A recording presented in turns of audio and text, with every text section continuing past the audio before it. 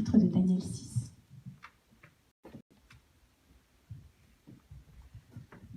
Darius décida de créer 120 postes de satrape afin de placer dans tout l'empire des hommes qui représentent son autorité. Il nomma à leur tête 3 surintendants à qui les satrapes devraient rendre leur compte de leurs administrations, de telle manière que personne ne puisse nuire aux intérêts du roi. Daniel était l'un des surintendants. Il surpassait les 2 autres et tous les satrapes par ses capacités exceptionnelles, si bien que le roi avait l'intention de lui confier une responsabilité relative à l'empire tout entier. Alors, les autres surintendants et les satrapes se mirent à chercher si Daniel avait commis des erreurs en préjudice de l'empire, mais ils ne purent trouver aucune faute ni aucun manquement, car il était parfaitement honnête. Il n'y avait vraiment rien à lui reprocher. Ces hommes se dirent donc, nous n'aurons aucun motif pour accuser Daniel, à moins de trouver quelque chose en relation avec la loi de son Dieu. Sans tarder, les 2 surintendants et les satrapes se rendirent chez le roi et lui dirent « Longue vie au roi Darius !» Les surintendants de l'Empire, les préfets, les satrapes, les ministres et les gouverneurs ont tenu conseil et proposent au roi de promulguer et publier un décret impérial de la teneur suivante. Durant une période de 30 jours, quiconque adressera une prière à un dieu ou à un être humain autre que le roi lui-même devra être jeté dans la fosse aux lions. Que le roi promulgue donc ce décret et le signe de telle sorte qu'il ne puisse pas être modifié, conformément à la loi des Mèdes et des Perses, qui est irrévocable. Là-dessus, le roi Darius signa le document du décret. Lorsque Daniel apprit qu'un tel décret avait été signé, il regagna sa maison. À l'étage supérieur, il ouvrit les fenêtres orientées vers Jérusalem. C'est là que 3 fois par jour, il se mettait à genoux pour prier et louer son Dieu. Il le fit comme d'habitude. Ses adversaires arrivèrent en hâte et le trouvèrent en train de prier et d'implorer son Dieu. Ils se rendirent donc chez le roi et lui dirent « Le roi n'a-t-il pas signé un décret prévoyant que, durant une période de 30 jours, quiconque adresserait une prière à un dieu ou à un être humain autre que le roi lui-même devrait être jeté dans la fosse aux lions ? C'est effectivement la décision qui a été prise, répondit le roi. Conformément à la loi des Mèdes et des Perses, c'est irrévocable. Eh bien, Majesté, reprit ces hommes, Daniel, l'un des déportés du pays de Juda, n'a de respect ni pour toi, ni pour le décret que tu as signé 3 fois par jour, il prie son Dieu. Lorsque le roi entendit ces paroles, il en fut profondément chagriné et se mit en tête d'épargner Daniel. Jusqu'au coucher du soleil, il chercha un moyen de le sauver. Mais les adversaires de Daniel ne tardèrent pas à revenir et dire au roi « Le roi sait bien que selon la loi des Mèdes et des Perses, le décret est un règlement promulgué par lui, ne peut pas être modifié. » Alors, sur un ordre du roi, on emmena Daniel et on le jeta dans la fosse aux lions. Le roi lui dit « Seul ton Dieu, que tu sers avec tant de persévérance, pourra te sauver. » On apporta une pierre qu'on plaça sur l'ouverture de la fosse. Le roi y appliqua son cachet personnel, de même que le cachet des hauts fonctionnaires, afin que personne ne puisse modifier la situation de Daniel. Le roi regagna ensuite son palais pour la nuit. Il refusa toute nourriture, et bien qu'il n'arrivât pas à dormir, il refusa aussi tout divertissement. Dès les premières lueurs de l'aube, le roi se leva et se rendit en hâte à la fosse aux lions.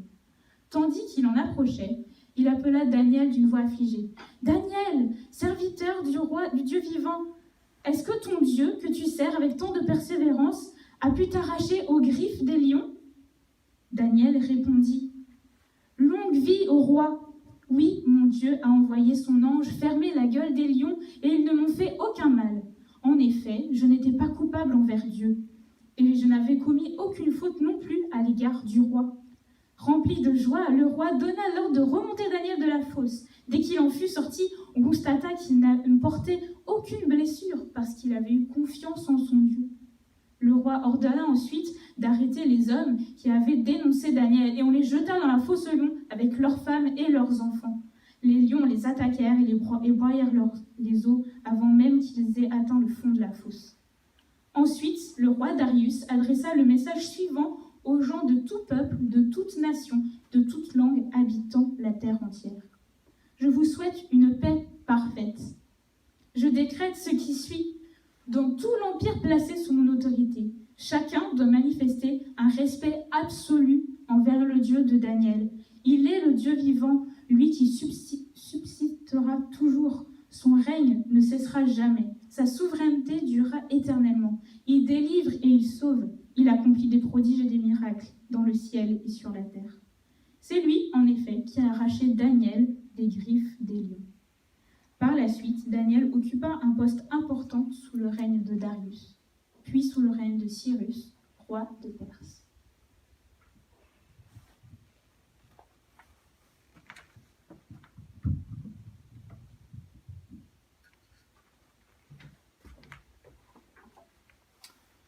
J'ai blagué tout à l'heure, je disais, j'imagine quand les ennemis de Daniel sont tombés dans la fosse aux lions, les lions, ils les croquent et ils disent « c'est croquant !» Et non, mais il y a des arêtes. Bienvenue si vous êtes parmi nous. Je vais vous inviter toujours à lire donc, le bulletin de l'Église.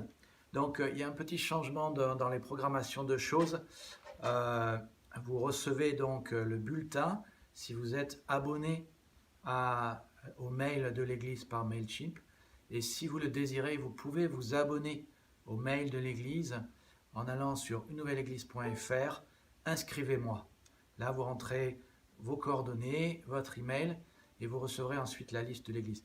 Sachez qu'on enverra simplement les communications de l'Église uniquement aux personnes qui mettent toutes leurs coordonnées, leur adresse et leur téléphone y comprises, pour des questions de sécurité, puisque dimanche dernier, nous avons eu la surprise d'avoir un inconnu qui a pris le contrôle du culte et qui nous a mis une musique de son choix. Donc dorénavant, le bulletin se trouvera dans les communications que vous recevez, ainsi que donc les notes du message. Pour prendre note du message, particulièrement, j'ai mis un bandeau vert en haut, comme ça vous savez que c'est les notes du message. Si vous avez reçu le mail de l'Église, vous pouvez soit télécharger la pièce jointe avec le mail, soit simplement appuyer sur le bouton qui vous permet de le télécharger du site web. Je veux aussi vous encourager, si vous êtes parmi nous pour la première fois, à vous faire connaître en écrivant, en nous répondant avec la carte de communication. C'est pour que nous puissions mieux vous servir. Faites-nous part de vos décisions, de vos commentaires, de vos sujets de prière. Laissez-nous votre adresse. Vous imprimez la carte de com, vous pouvez la voir sur unenouvelle-église.fr, carte de communication. L'imprimez, vous la remplissez, vous nous l'envoyez ensuite par email sur unenouvelle-église@gmail.com. Alors, pareil pour les groupes de maison, donc un petit changement, hein. Le matériel des groupes de maison dorénavant se trouvera sur le site, je ne vous l'envoie plus, mais vous pouvez l'avoir sur le site en tapant Une Nouvelle Église, vous tapez dans Google Une Nouvelle Église, matériel groupe de maison, vous tomberez automatiquement là, et donc je vous invite à l'imprimer avant le moment du groupe de maison. C'est aussi un matériel pour nous faire réfléchir et approfondir le texte de Dieu, puisque c'est la parole de Dieu inspirée et elle est hautement utile pour nous enseigner à vivre une vie juste devant notre Seigneur.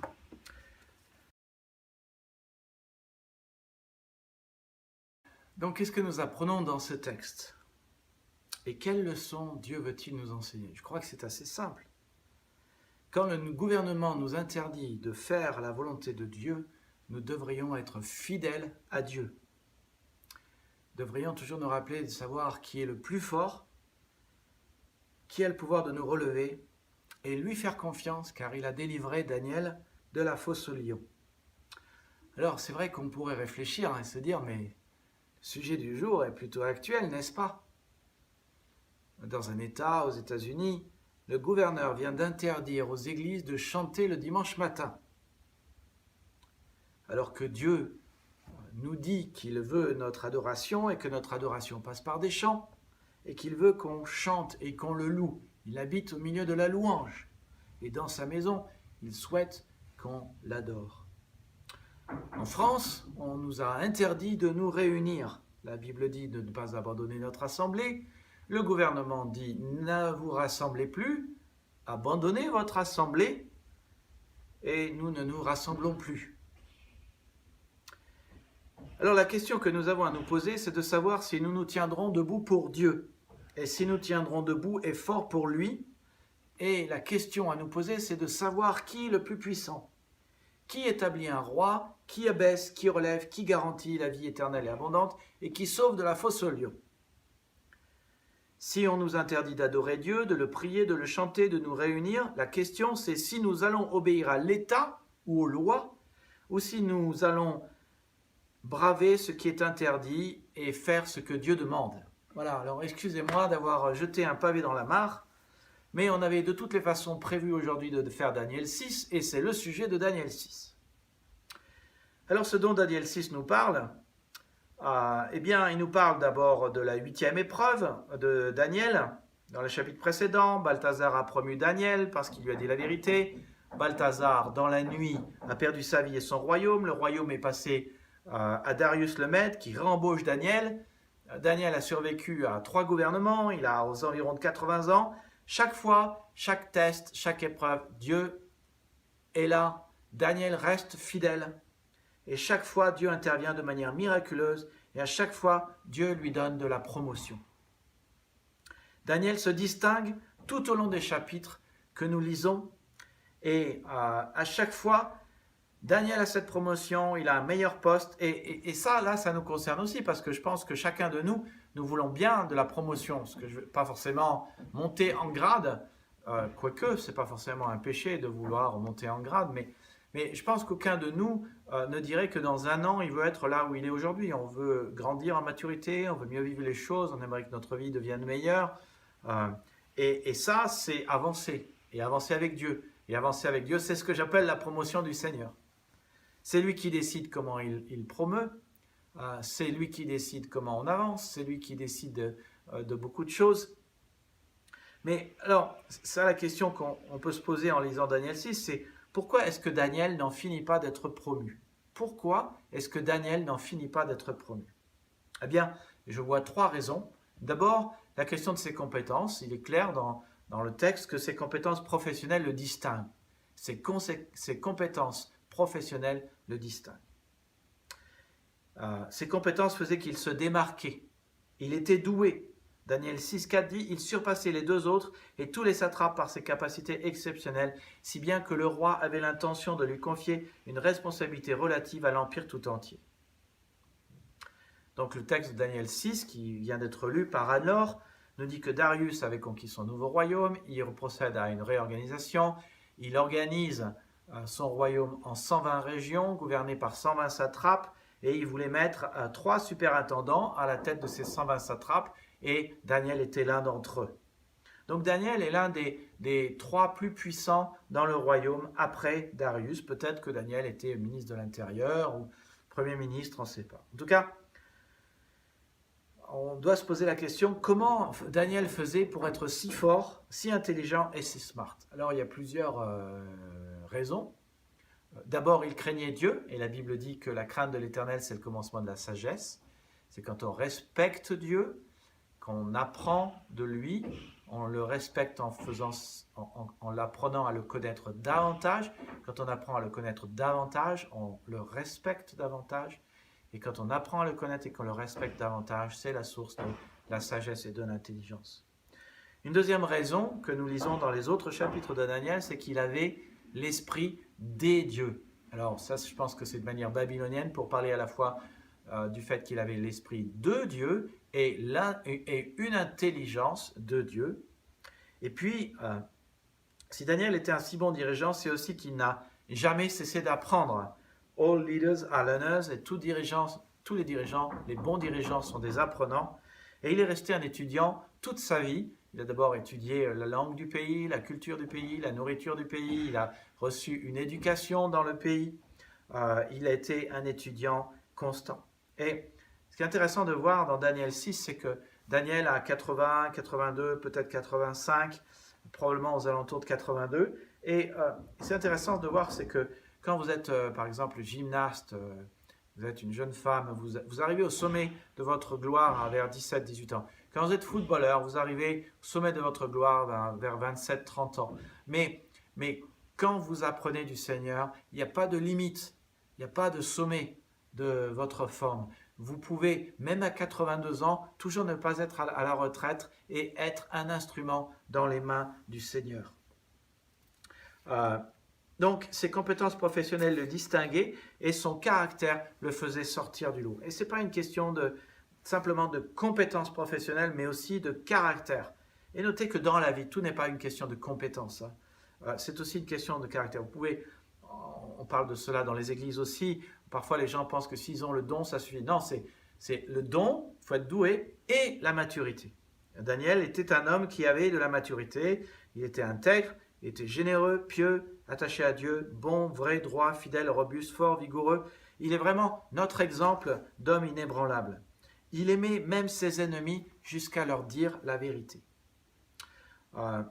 Et donc, dans notre texte, nous lisons au verset 5, « Alors les autres intendants, les satrapes, se mirent à chercher si Daniel avait commis des erreurs au préjudice de l'Empire, mais ils ne purent trouver aucune faute ni aucun manquement, car ils étaient parfaitement honnêtes. Il n'y avait vraiment rien à lui reprocher. Il n'a fait aucune erreur, aucune faute, aucun manquement. J'aimerais pouvoir en dire autant de moi, parce que moi, je ne suis pas là. Pas d'étonnement que lui, il était toujours promu. Moi, si jamais j'avais un gars comme ça dans l'église, je l'embaucherais immédiatement. Avant que quelqu'un d'autre ne l'embauche. Parce que les gars comme ça, ils ne restent pas sur le marché longtemps. Donc, il était irréprochable de par son caractère. Et donc, ses collègues ont commencé un travail de sape. Ils commencent à construire un piège. Il n'avait vraiment rien à lui reprocher. Et donc, la seule manière de le faire tomber, c'était de lui inventer un piège. Pourquoi cherchait-il à le faire tomber? Alors là, c'est encore des questions de spéculation. Peut-être qu'il voulait sa place. Moins il y a de personnes au sommet de l'État, plus il y a de chances de monter plus haut. Ça pouvait être parce qu'il n'aimait pas que quelqu'un qui ne soit pas de leur pays soit aussi haut à diriger le pays. Ça pouvait être qu'il devait lui obéir alors qu'il était juif et pas du pays. En tout cas, ils sont au courant de sa foi et des pratiques religieuses, du respect de la loi. Et peut-être qu'il y a une pointe de mépris quand ils disent au chapitre 6, verset 6, « Nous n'aurons aucun motif pour accuser Daniel, à moins de trouver quelque chose en relation avec la loi de son Dieu. » Donc ses compétences, son caractère, et puis son engagement public pour Dieu le fait briller. Son engagement public pour Dieu le fait briller. Et ça, c'est une règle simple dans la Bible, c'est que plus nous sommes proches de Dieu, Dieu qui est la lumière du monde, plus sa lumière vient dans notre vie et nous fait briller. En tout cas, donc, Daniel, dès le début de sa vie, a toujours été ouvert quant à sa foi. C'est un homme de lumière qui vivait dans la transparence, il ne se cachait pas. Souviens-toi, il a amené Nebuchadnezzar à croire en Dieu. Dès qu'il avait 15 ans, il a refusé de se souiller par la nourriture et les mets impurs.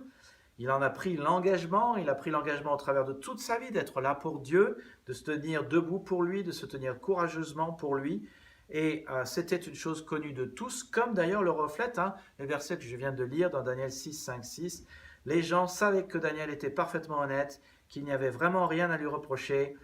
Ces hommes se dirent donc, nous n'aurons aucun motif pour accuser Daniel, à moins de trouver quelque chose en relation avec la loi de son Dieu. Et ça, c'est des hommes comme ça dont on a besoin en France, dans nos familles, dans nos églises. Nous avons besoin de dirigeants qui ne sont pas là pour servir leur ego personnel. La raison d'ailleurs, la source de la corruption, c'est cela, servir notre ego personnel. Mais qui sont là pour servir la nation. Et l'excellente école pour servir la nation, c'est d'être des serviteurs de Dieu. Parce qu'il n'y a que de servir Dieu qui nous détourne de notre ego. Il n'y a que de servir Dieu de manière désintéressée qui fait que nous devenons des vrais serviteurs et qui nous permet ensuite de bien servir notre nation, nos femmes, nos épouses, nos familles et nos églises. Donc revenons au texte. Ses collègues ont fouillé les placards, ils ont cherché des squelettes dans les placards, ils ont cherché des poux à Daniel, ils ont regardé s'il n'avait pas une petite tache ici, pas une petite imperfection là. Ils ont fouillé toute sa vie passée et il n'y avait rien. C'était un homme droit et irréprochable. Ils n'arriveront donc pas à le faire tomber, sauf s'ils lui tendent un piège. Et donc, ses collègues n'ayant rien trouvé, ils cherchent à piéger Daniel. Et nous lisons au verset 7, que sans tarder, les deux surintendants et les attrapes se rendirent chez le roi et lui dirent « Longue vie au roi Darius !» Que font-ils ici? Eh bien, ils le flattent. Ils sont en train de dire « Darius, tu es tellement un grand roi, tu es tellement super, c'est un tel privilège de t'avoir comme roi et on profite vraiment de ton règne et de ta sagesse et de ton gouvernement et Puisses-tu vivre longtemps, car franchement, c'est dans notre intérêt. Ça me fait penser à la fable du corbeau et du renard. Vous connaissez? Maître corbeau tenait dans son bec un fromage, et Maître renard, par l'odeur alléchée, lui tint à peu près ce langage. Et un peu plus tard dans la fable, La Fontaine dit « Apprenez que tout flatteur vit aux dépens de celui qui l'écoute. » Donc il flatte Darius pour obtenir quelque chose de Darius. Comme quand on te flatte, c'est toujours pour obtenir quelque chose de toi. Que veulent-ils? Eh bien c'est dit, les surintendants de l'Empire, préfets, satrapes, ministres, gouverneurs ont tenu conseil et proposent au roi de promulguer et publier un décret impérial de la teneur suivante. Durant une période de 30 jours, quiconque adressera une prière à un dieu ou à un être humain autre que le roi lui-même devra être jeté dans la fosse aux lions. Que le roi promulgue donc ce décret et le signe de telle sorte qu'il ne puisse pas être modifié conformément à la loi des Mèdes et des Perses qui est irrévocable. Là-dessus, le roi Darius signa le document du décret. Donc souviens-toi, c'est un piège envers Daniel. Il manipule le roi pour refermer ce piège sur Daniel et il se sert du roi. La manipulation, c'est utiliser quelqu'un d'autre pour faire ce que nous aimerions qu'il fasse. À l'époque, ils avaient plusieurs dieux et la question de qui était adoré était probablement pas si importante pour eux. Mais ça l'était pour Daniel et il s'attaque à ce qui est important pour Daniel. Et il propose 30 jours de prière à Darius. Alors, quelles sont les options qui s'offrent à Daniel? Quelles sont les options qui s'offrent à Daniel? Eh bien, tout le monde va obéir, tout le monde va prier Darius, mais donc Daniel a 6 choix devant lui. D'abord, il pourrait accepter ce décret et faire semblant de prier le roi pendant 30 jours. Ça serait se couler dans le mouvement, aller avec l'air du temps, faire semblant, comme ça il ne serait pas remarqué. Deuxième option, faire comme on fait en France, protester publiquement. Vous descendez dans la rue avec pancarte, banderole et vous dites « Je ne prierai pas Darius ». Le seul problème, c'est qu'il n'est pas dans une démocratie, mais dans une dictature. Et la loi ne peut pas être révoquée. Troisième option, il demande une audience privée au roi. Il est aimé du roi, il fait partie de ses favoris. Mais encore une fois, le roi n'avait pas le pouvoir de révoquer la loi. Quatrième, il pourrait ne pas prier pendant 30 jours, ni Darius, ni Dieu. Pendant 30 jours ainsi, il ne désobéirait pas à la nouvelle loi. Mais Dieu a dit « Tu n'adoreras pas d'autre Dieu devant ma face ».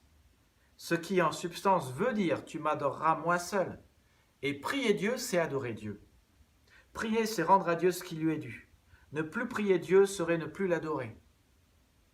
Il aurait pu se faire, il aurait pu dire pendant 30 jours, je vais adorer Darius, mais je ne vais plus prier Dieu. Mais il ne le fait pas. Juste pour dire, il y a quand même des similitudes. D'abord, on nous dit, bon, vous allez, le confinement, l'église ne se rencontrera pas pendant 15 jours. Puis c'est de nouveau prolongé pendant 15 jours. Et on nous dit, les rencontres sont interdites. Le décret ministériel nous dit, les rencontres sont interdites. Ça ressemble étrangement, hein. Pendant une période de temps seulement, on nous demande de ne pas faire la volonté de Dieu. Et puis, cinquième option, il pourrait continuer de prier Dieu et de le faire en secret. Il aurait pu faire chacune de ces choses. Mais s'il avait fait chacune de ces options, les satrapes auraient gagné. Et s'il n'avait plus prié son Dieu, cela voulait dire aussi qu'il avait honte de son Dieu et que adorer son Dieu, ça n'était pas si important. Et il reste la sixième option. Et c'est ce qu'il va décider de faire. Continuer de prier Dieu en public, comme il l'a fait toute sa vie et comme le demande Dieu. Question, quelle option choisirais-tu? Celle qui te mènerait dans la fosse aux lions ou celle qui est la plus facile? Je crois que la question clé à se poser, c'est qui est plus puissant? Qui est capable de nous délivrer? Juger s'il est juste devant Dieu d'obéir à Dieu ou d'obéir aux hommes. Te tiendras-tu debout pour faire ce qui est juste, ce qui est droit? Ou feras-tu ce que la loi te demande? Sommes-nous prêts à faire ce que Dieu nous commande, quel que soit le lieu ou les circonstances que nous traversons? Ça, c'est la bonne question. Le choix de Daniel a été sans équivoque. Lorsque Daniel apprit qu'un tel décret avait été signé, Il regagna sa maison et à l'étage supérieur, il ouvrit les fenêtres orientées vers Jérusalem. C'est là que 3 fois par jour, il se mettait à genoux pour prier et louer son Dieu, et il le fit comme d'habitude. En d'autres termes, il dit, je ne vais pas me cacher, je ne vais pas arrêter de prier Dieu, car prier Dieu est un acte d'adoration. Je continue de faire ce que j'ai toujours fait pendant des dizaines d'années. Il rentre à la maison, il ouvre les fenêtres, il prie vers Jérusalem, il se met à genoux, il loue Dieu, il adore Dieu et il le prie. Il le continue de faire comme d'habitude et rien ne change. Et les ennemis de Daniel sont là et ils savaient sans doute qu'ils le verraient. Il est pris la main dans le sac. Daniel savait ce qu'ils allaient faire. Mais, et c'est ça la grande question, pourquoi n'a-t-il pas de crainte? Pourquoi n'a-t-il pas peur? Pourquoi n'a-t-il aucune crainte à se mettre à genoux pour Dieu? Et pourquoi et comment Daniel est-il capable de continuer de prier? Comment fait-il pour vaincre sa peur? On ne sait pas s'il avait peur. Moi, je pense que nous aurions peur si nous étions à sa place. Et donc, il y a toute la question à se poser et que je vous propose de discuter tout à l'heure après le culte, de revenir en Zoom pour creuser ces questions ensemble. Comment vaincre nos peurs et être une personne courageuse? Alors, 3 remèdes simples qu'on peut sans doute apprendre de la vie de Daniel. D'abord, une chose qui aide à vaincre nos peurs et être une personne courageuse, c'est qu'il s'est souvenu que Dieu a toujours été fidèle dans son passé. Il a traversé 7-8 tests et épreuves. À chaque fois, il n'a pas reculé. Il s'est tenu debout pour la vérité, pour Dieu. Chaque fois, Daniel a répondu par oui. Chaque fois, Dieu a pris soin de lui à un tel point qu'il a eu une promotion. Et c'est ce que Daniel résume en fait à la fin du chapitre sur sa vie. Il dit, il délivre, il sauve, il accomplit des prodiges et des miracles dans le ciel et sur la terre. Et Daniel se souvient certainement de son engagement à ne pas se souiller et comment Dieu l'a délivré. Daniel se souvient du premier rêve avec la statue qu'il a interprétée alors que tout le monde était menacé de mort et comment Dieu lui a expliqué le rêve. Il se souvient qu'on a demandé à ses 3 amis d'adorer la statue de Nebuchadnezzar et comment Dieu les a secourus dans la fournaise ardente par son ange. Il se souvient du rêve que Nebuchadnezzar a eu et de l'avertissement et comment Dieu l'a relevé. Et il se souvient de l'avertissement qu'il a donné au roi de mettre au petit-fils de Nebuchadnezzar, de mettre un bémol à son orgueil, et de Balthazar qui n'a pas fait, qui a perdu sa vie. Chaque fois, il a fait ce qui était juste et chaque fois, Dieu était là et Dieu a été fidèle. Il a manifesté sa présence, il a fait un miracle. Et pourquoi maintenant ça serait différent? Est-ce que le Dieu d'hier, ce n'est pas le Dieu d'aujourd'hui et de demain? Est-ce que Dieu est différent? Dieu secourt les siens. Dieu est notre espérance. Et Dieu écrasera aussi la bête. C'est le chapitre 7 de Daniel. Donc il s'est souvenu que Dieu a toujours été fidèle dans son passé et il parlait à Dieu 3 fois par jour. 3 fois par jour, il se mettait à genoux pour prier et louer Dieu. Et je ne sais pas, mais est-ce que tu penses que si tu priais 3 fois par jour pendant 80 années de ta vie, tu serais plus fort? Est-ce qu'une prière 3 fois par jour ne te donnerait pas plus d'assurance en Dieu pour faire ce qui est juste et pour braver les dangers? Est-ce que tu penses que louer Dieu et voir qui il est et ce qu'il fait te donnerait pas plus de force pour affronter les dangers et affronter la vie même si on te menace par des lois? Serais-tu moins insécure si tu avais cette vie de prière et de louange? Est-ce que tu serais moins sensible à la désapprobation des autres, moins dominé par la peur et moins apeuré? Est-ce que ça changerait ta vie? Le secret pour se tenir debout et fort pour Dieu, dans la fidélité, passe par s'agenouiller et prier Dieu 3 fois par jour. Reconnaître la seigneurie du Dieu de la Bible. Reconnaître qu'il est le Dieu de la résurrection, qui a la victoire sur la mort. Reconnaître qu'il est un Dieu de grâce. Le secret pour être fort et se tenir debout, c'est de pouvoir s'agenouiller et de louer et de prier Dieu. Daniel savait que ce qui compte, c'est l'approbation d'un seul et l'œuvre d'un seul, que ce Dieu pouvait élever et abaisser qui il voulait.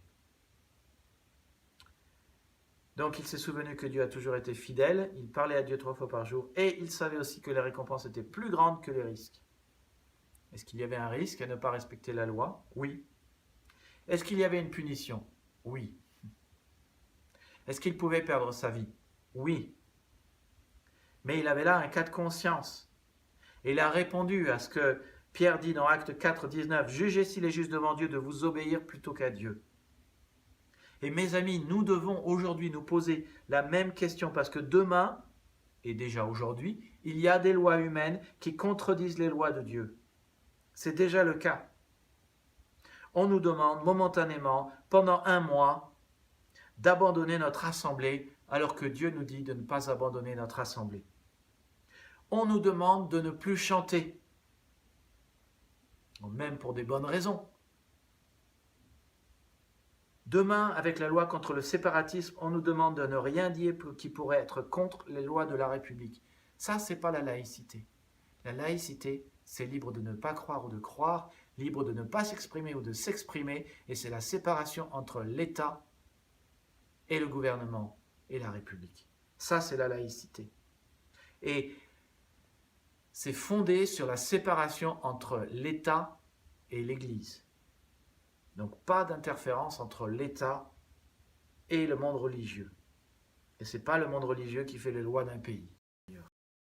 Mais pas d'interférence entre l'État et le monde religieux. L'un ne peut pas et ne doit pas prendre le dessus de l'autre.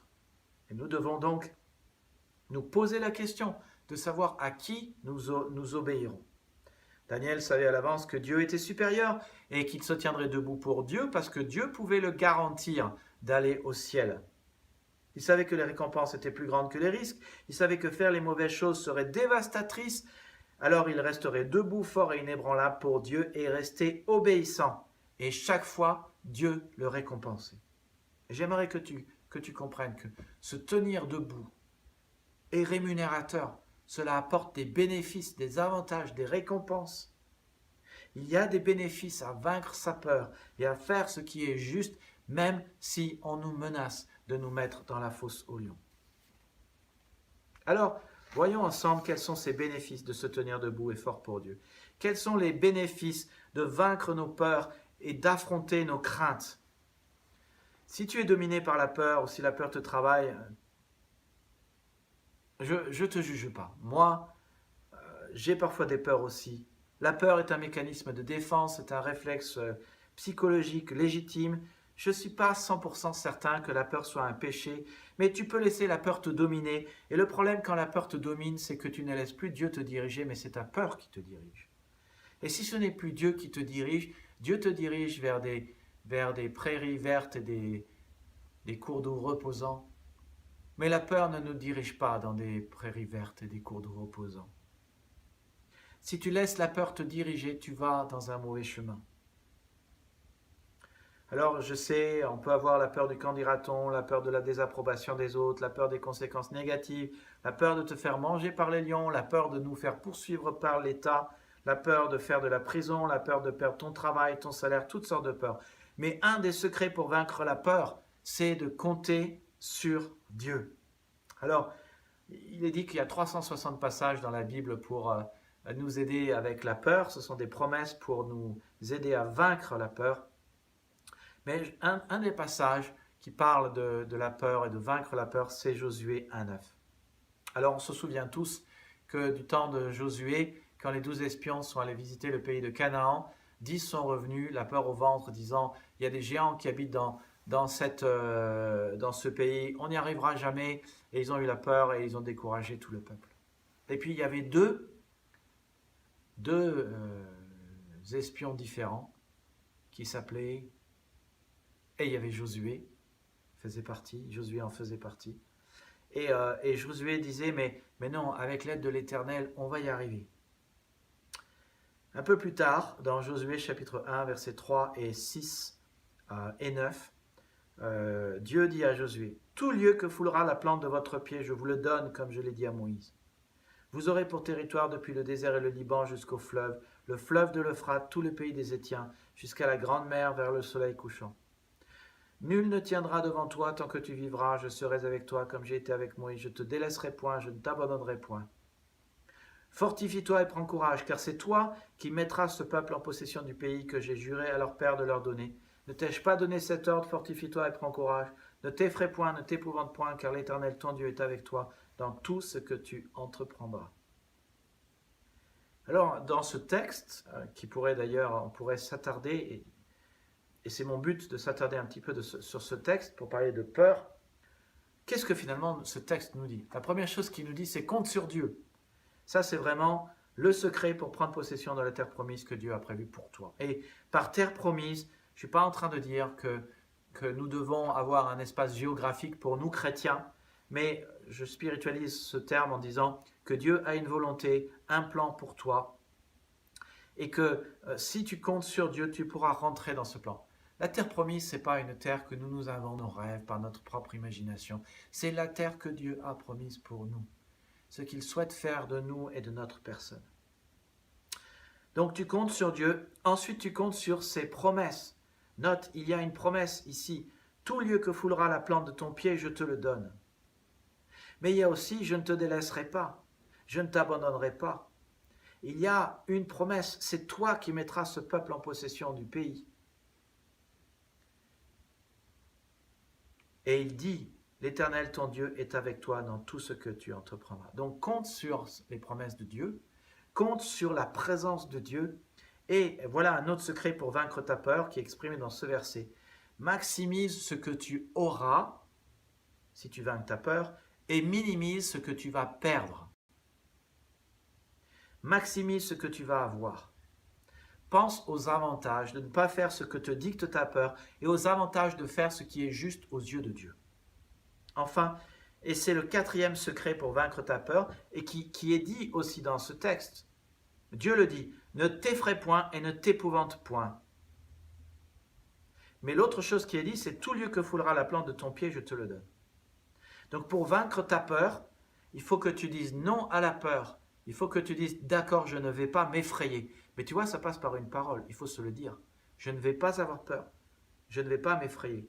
Mais une autre chose qu'il faut dire, c'est affronter notre peur. Mais la seule manière d'affronter notre peur, c'est d'aller vers ce qui nous fait peur et de contrer ce qui nous fait peur. Se tenir debout pour Dieu et fort pour lui et vaincre notre peur, c'est toujours affronter notre peur, c'est toujours une victoire sur la crainte. C'est toujours une victoire sur la peur. Tu sais, la peur, c'est une émotion, c'est là, mais toutes les émotions sont éphémères.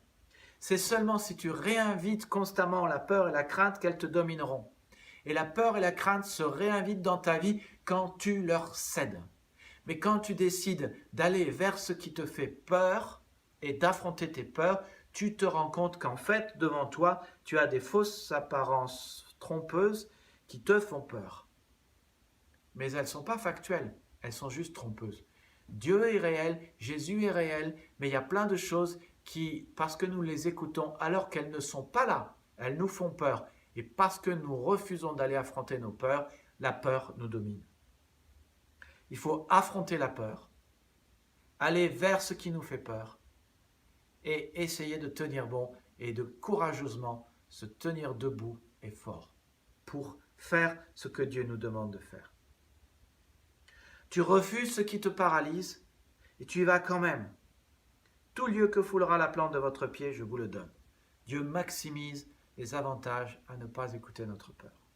Il nous donne les promesses, une promesse. Tu y vas quand même. Et il n'y a aucune manière de le faire. Exactement comme Dieu parle quand il parle à Gédéon. Il dit, va avec la force que tu as. Tu vas avec la force que tu as. Et Dieu dit, n'est-ce pas moi qui t'envoie? Tu te souviens que Dieu est avec toi. Tu fais à la lettre ce que Dieu dit en Josué 1,9. Ne t'effraie point. Tu refuses la peur, tu l'affrontes et tu fais face.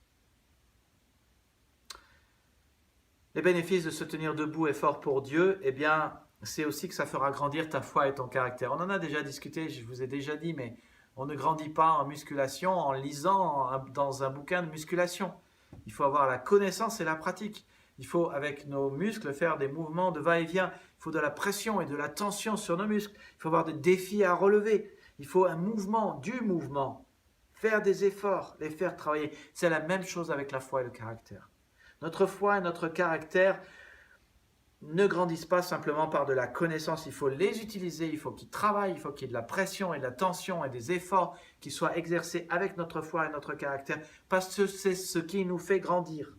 Si tu te tiens debout et fort pour Dieu, tu seras encore plus debout et plus fort pour Dieu plus tard. Si tu choisis, alors que ta vie est ébranlée, d'être inébranlé et inébranlable, alors tu grandiras en force et en caractère. Je pense à ce que Paul dit à Timothée, n'aie pas honte de rendre témoignage à notre Seigneur, n'aie pas honte non plus de moi, prisonnier pour lui, au contraire, accepte de souffrir avec moi pour la bonne nouvelle en comptant sur la force que Dieu nous donne. Eh bien, c'est exactement ça, il faut accepter la souffrance qui va avec la bonne nouvelle, il faut compter sur la force de Dieu et ça nous fait grandir.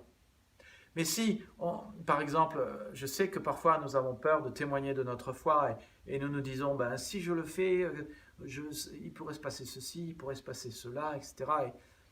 Et on ne le fait pas, mais ça cultive la peur.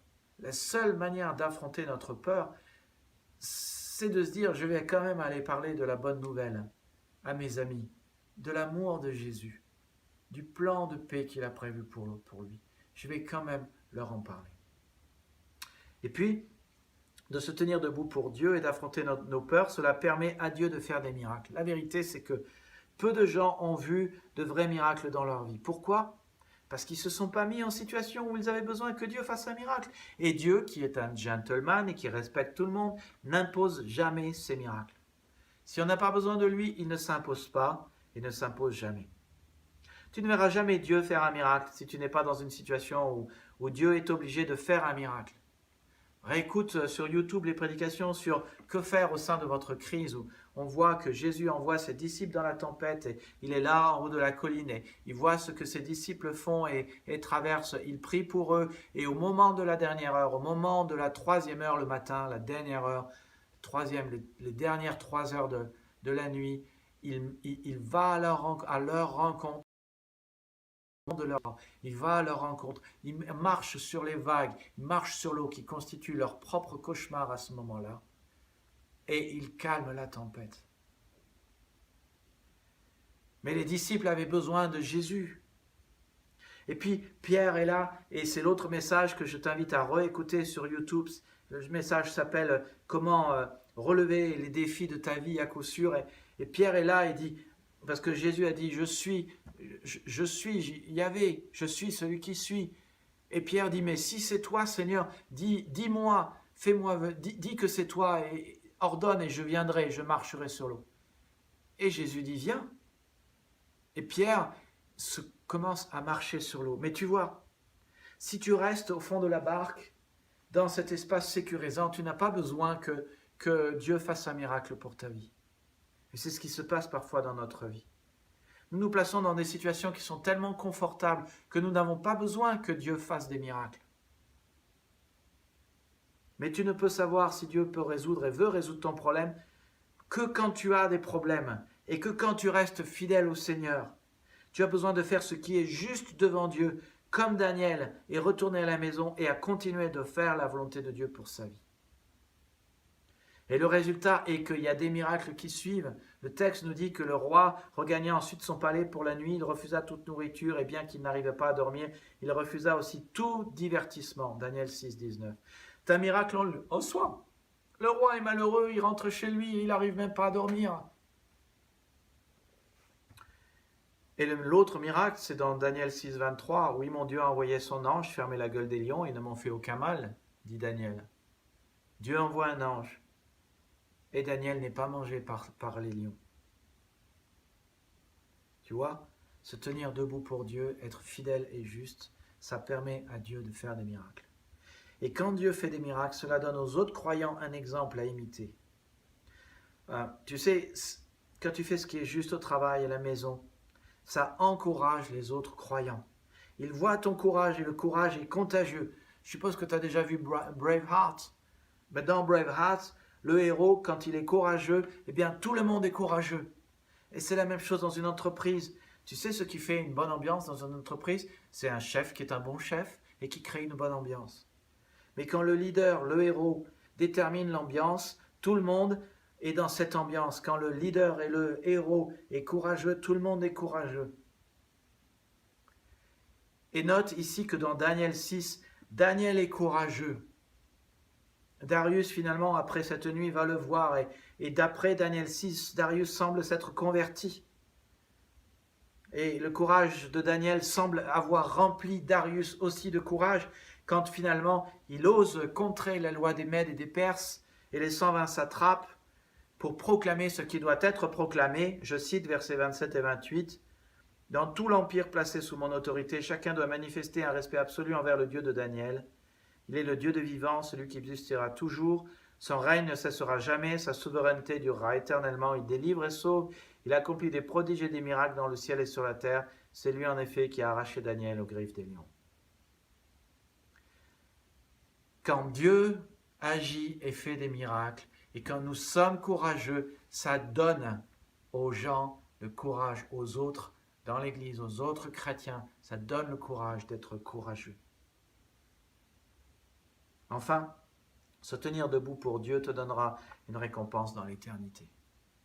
Jésus l'a dit, Matthieu 5, 11, 12. « Heureux serez-vous lorsqu'on vous outragera, qu'on vous persécutera, qu'on dira faussement de toutes sortes de mal à cause de moi. Réjouissez-vous et soyez dans l'allégresse, parce que votre récompense sera grande dans les cieux, car c'est ainsi qu'on a persécuté les prophètes qui ont été devant vous, avant vous. » Donc tu seras récompensé. Mais n'oublie jamais ces 5 bénéfices. C'est se tenir debout et fort et courageux pour Dieu, être fidèle, ça sera toujours une victoire sur la crainte. Cela fera grandir ta foi et ton caractère. Cela permettra à Dieu de faire des miracles. Cela donnera aux autres croyants un exemple à imiter. Et ça te permettra d'avoir des récompenses dans l'éternité. J'aimerais conclure mon message tout simplement en disant que souvenons-nous que nous avons un héros qui a été courageux. Ce héros qui est le Seigneur des Seigneurs et le Roi des Rois a accepté de mettre pendant un temps sa pouvoir de côté et son égalité avec Dieu. Il n'a jamais cessé d'être égal avec Dieu, mais pendant un temps, il a dit, c'est pas ça qui compte pour moi, je vais descendre, je vais être un vrai homme. Il dit, le jour de sa naissance, à son père, tu n'as accepté ni offrande ni sacrifice pour le péché, pour le pardon des péchés. Mais moi, je viens pour accomplir ta volonté, pour être le sacrifice. Il a été un serviteur, il a été notre serviteur. Pendant environ de 30 ans, peut-être 33 ans, il a été un homme de bien qui a appris l'obéissance par les choses qu'il a souffertes. Il a été un charpentier, il a appris son métier. Puis après, il a servi les hommes. Il était un homme de bien. Il chassait les démons, il purifiait les lépreux, il faisait voir les aveugles. Il arrêtait les pertes de sang chez les femmes. Il calmait les tempêtes. Il nourrissait des foules qui n'avaient pas à manger. Il était à la fois un homme de bien et un prophète de bien. Et il dit de lui-même qu'il était le Fils de l'homme. Lisez Daniel chapitre 7 pour voir ce que le Fils de l'homme veut dire. Le Fils de l'homme, c'est celui qui un jour écrasera la bête, qui écrasera les royaumes. Il viendra avec son royaume inébranlable. Ce Jésus-Christ s'est rendu obéissant jusqu'à la mort pour que nous puissions avoir une éternité auprès de Dieu, que nos péchés soient pardonnés, que nous puissions vivre en paix avec Dieu, en paix avec nous-mêmes et avec les autres, notre prochain et les membres de notre famille. Il veut que nous vivions la paix. Ce Jésus est notre héros. Il est l'inébranlable. Il est celui qui est fort, qui a été fort pour nous. Il a eu la victoire sur la mort, sur le péché et sur Satan. Il est ressuscité. Il a été couronné de gloire et d'honneur. Il est le Seigneur des Seigneurs et le Roi de Rois, et il est assis sur son trône de gloire et de grâce, toujours prêt à répondre à nos prières. Il a vaincu la mort. Et aujourd'hui, les chrétiens dans le monde, dans certains endroits du monde, sont interdits de chanter et d'adorer leur Dieu, et nous, on nous interdit de nous réunir alors que Dieu nous dit n'abandonnez pas votre assemblée, le gouvernement dit abandonnez votre assemblée et nous disons oui, amen et nous ne nous réunissons pas. Dites-moi cette réponse. C'est vous qui êtes le juge. Est-il juste d'obéir à Dieu ou est-il juste d'obéir aux hommes? J'aimerais savoir quelle est votre réponse à ce sujet. Envoyez-moi un SMS 06 28 20 30 65. Moi je vous dis une chose.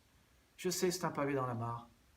Mais si le gouvernement, après le 1er décembre, ne nous permet pas de nous réunir, moi je serai là le dimanche à 16 h, à faire ce que Dieu dit que je dois faire. Et je vous invite à me rejoindre. Et c'est vous qui déciderez. Je vous invite à prier.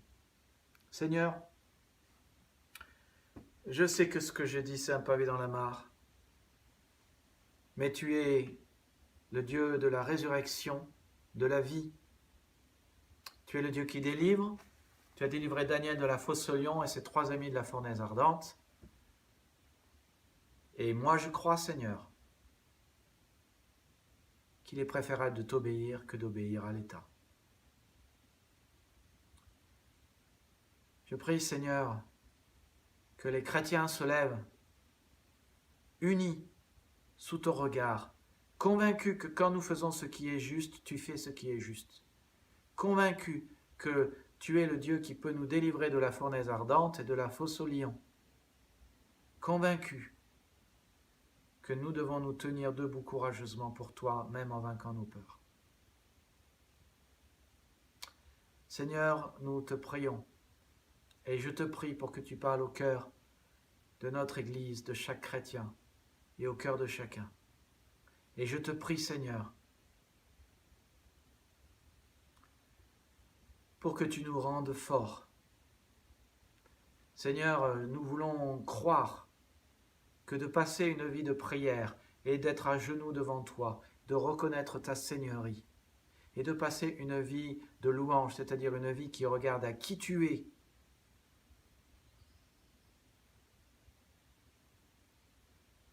Nous voulons croire que de regarder à ce que tu as fait dans nos vies et aux miracles que tu as fait dans la parole et dans nos vies. Nous voulons croire, Seigneur, que ça nous donnera d'être forts. Permets-nous de cultiver notre relation. Permets, Seigneur, que nous puissions le faire plusieurs fois par jour. Aide-nous à cultiver une vie de louange et de prière. Aide-nous d'être des hommes de ta parole. Aide-nous, Seigneur. Et nous prions bien sûr, Seigneur, pour que tu éradiques le Covid de la planète, de notre France. Nous prions, Seigneur, que ta bénédiction soit sur notre Premier ministre, le ministre de l'Intérieur, notre président. Donne leur sagesse et discernement, afin que nous puissions vivre une vie tranquille et paisible. Une vie pieuse et honnête. Permets, Seigneur, que nous soyons toujours libres de t'adorer et que nous puissions toujours jouir de cette liberté de religion, cette liberté de t'aimer et de te rencontrer. Seigneur, nous voulons reconnaître et confesser que ta volonté, c'est que ce n'est pas d'abandonner notre assemblée. Ta volonté, c'est que nous soyons une église. Une église veut dire, ecclésia veut dire ceux qui sont appelés hors d'eux. Ta volonté, c'est que nous soyons une assemblée. Tu dis dans ta parole que quand les brebis sont toutes seules hors du troupeau, elles sont en danger. Ta volonté, c'est que nous soyons ensemble, combattant pour la foi de l'Évangile, d'une même âme, d'un même esprit, d'une même foi, d'une même voix. Et tu nous dis que c'est combattant ensemble qui est la manière de vivre dignement de l'Évangile. Et nous prions, Seigneur, que cela arrive, et nous te supplions que cela arrive. Amen. Les amis, Priscille a lu ce verset tout à l'heure. Ayant reçu un royaume inébranlable, exprimons à Dieu notre reconnaissance chaque jour. Je veux vous encourager à continuer d'agir et d'œuvrer pour le Seigneur et d'être inébranlable pour lui, sachant que votre travail et votre œuvre ne sera pas vain dans le Seigneur. Que notre Dieu vous fortifie, vous affermisse, vous donne de tenir debout et vous donne d'être inébranlable cette semaine, à faire sa volonté qui est bonne, agréable et parfaite et qui est le meilleur que Dieu ait prévu pour notre vie. Que Dieu vous bénisse et à tout de suite sur Zoom pour des questions d'approfondissement et pour prier ensemble.